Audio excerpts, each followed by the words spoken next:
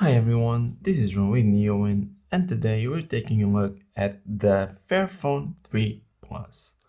Now, you may not be very familiar with Fairphone, and that's fine, but weird as it may seem, this is actually one of the most interesting phones I have reviewed so far. At least, I think so. And it's not for the reasons you might expect. So let's just get right into it and open it up. There's this very simplistic packaging, just saying here I am and I'm made for you. So then we open that up, and right away you'll see something very interesting is in the package. This little thing, a Phillips 00 screwdriver, which we'll get into in a bit. So let's just start by taking a look at the phone itself.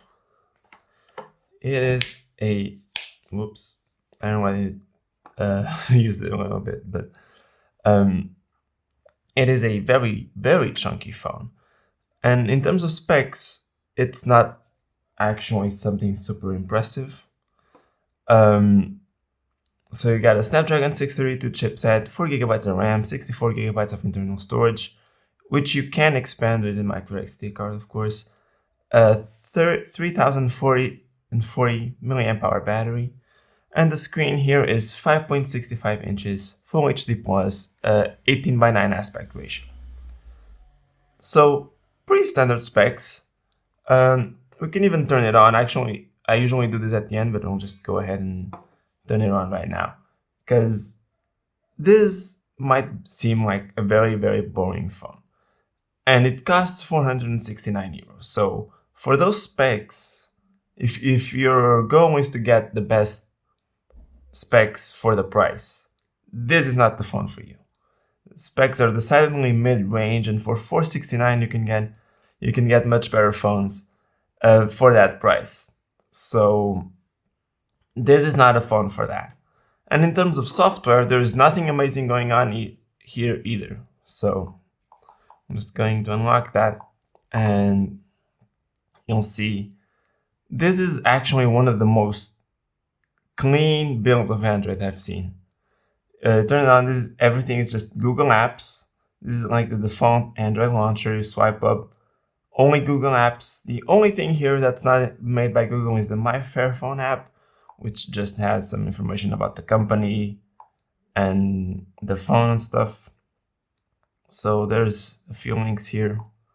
There's that, and there's of course the camera app, which isn't usually bundled as part of Android. Each manufacturer has to make their own. So those are the only things here that are not made by Google. And it is a super clean build of Android 10. It is fairly up to date. It's not Android 11 now, but this is as standard Android as standard Android gets.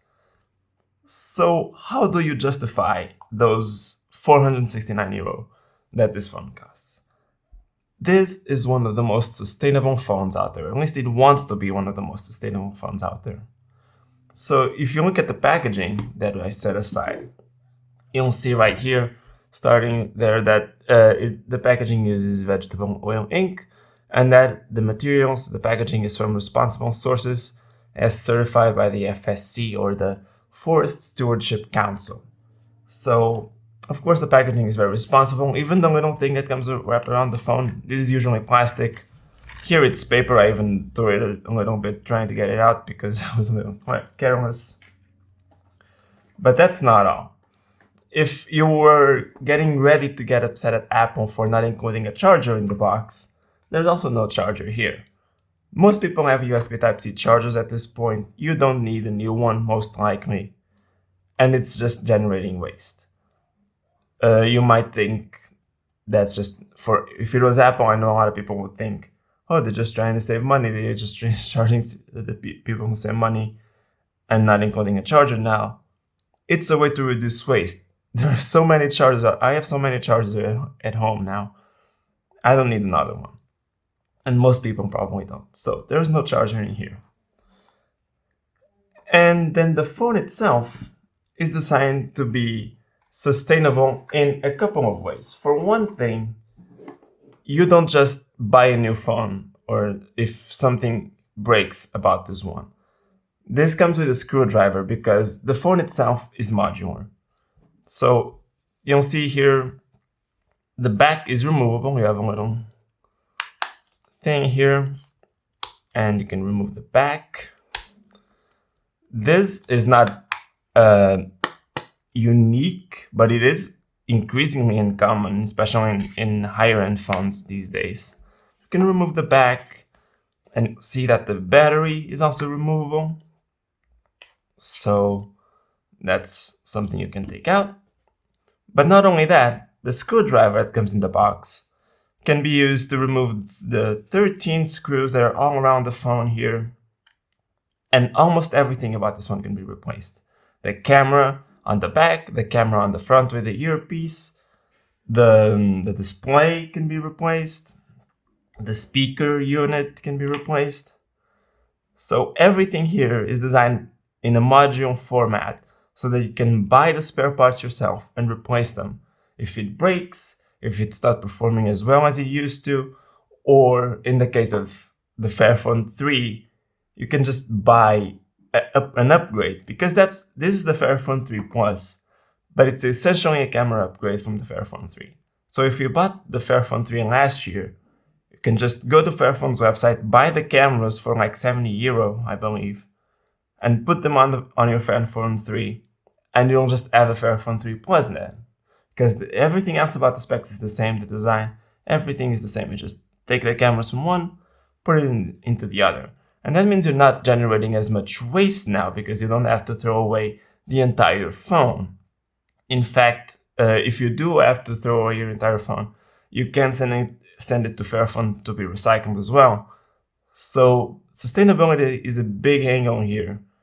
And I'm not going to open up the phone myself on video because I get very nervous and shaky, and it takes a long time.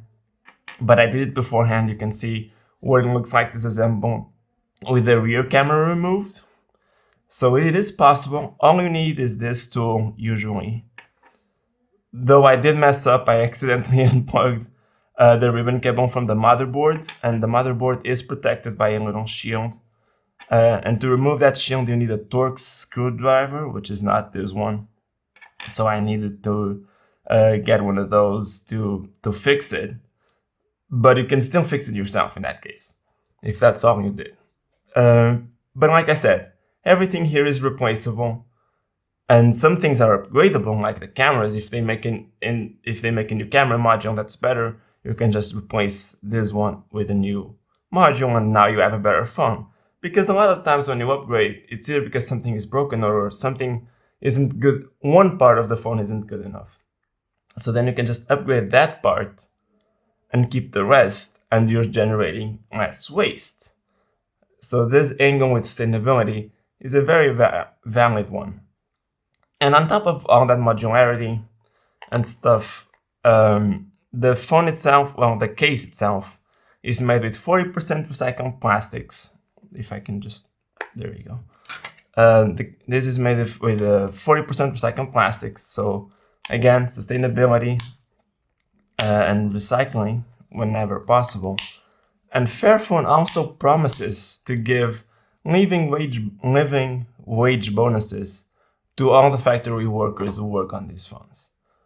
So hopefully now it starts making sense why you pay €469 for a phone with pretty average specs, or even below average. If you're in the tech world, there's usually higher standards for performance. So €469 for the specs themselves isn't justified. But to pay a decent wage to the people that make these phones, then it starts to make sense why it's so expensive. And the modular design, of course, has a cost, and you see it kind of in the design of the phone itself, like the way the speaker is placed here. There are some very conscious decisions that had to be made in the placement of things, like the USB port isn't exactly centered. Things are put in ways that allow the phone to be modular. And there's a price to pay for that, of course. But if you buy it because you believe it's the right thing to do, if you want to give people a decent living wage for manufacturing this, and if you're concerned with the environment, then that's why you pay that much for this phone. It's supposed to be a good enough phone that does the right thing for the people that work on it and for the planet. I do have some concerns though. Of course, I don't really know yet, but the Snapdragon 632 is already a pretty old chipset. It's probably good enough for most people, but if you're used to more high performance phones, of course, you will notice it. And I think most importantly, because it's already being carried over from last year, I do have to wonder how long can Fairphone support this base model with new modules to upgrade, or if they're planning to release a new phone soon with all new hardware and maybe an even more modular design. I think it would be cool if you could replace the processor itself and just upgrade that way, but that's probably a bigger challenge, of course. But those are things I don't know exactly yet. I would love to get to talk to the company and see what their plans are for the future. But I think one thing that would be important for a future model would be to maybe use a Snapdragon 700 series or something a little higher in the 600 series to make sure that you buy it and then you can actually keep using it for 4 or 5 years with upgrades or just modular upgrades, because that would be a stellar idea. Of course, I do have to review it to see how it ends up in terms of performance, if it is good enough. And that's what I'll be doing for the next couple of weeks. But for now, that's all. I hope you liked this video, and I'll see you guys next time.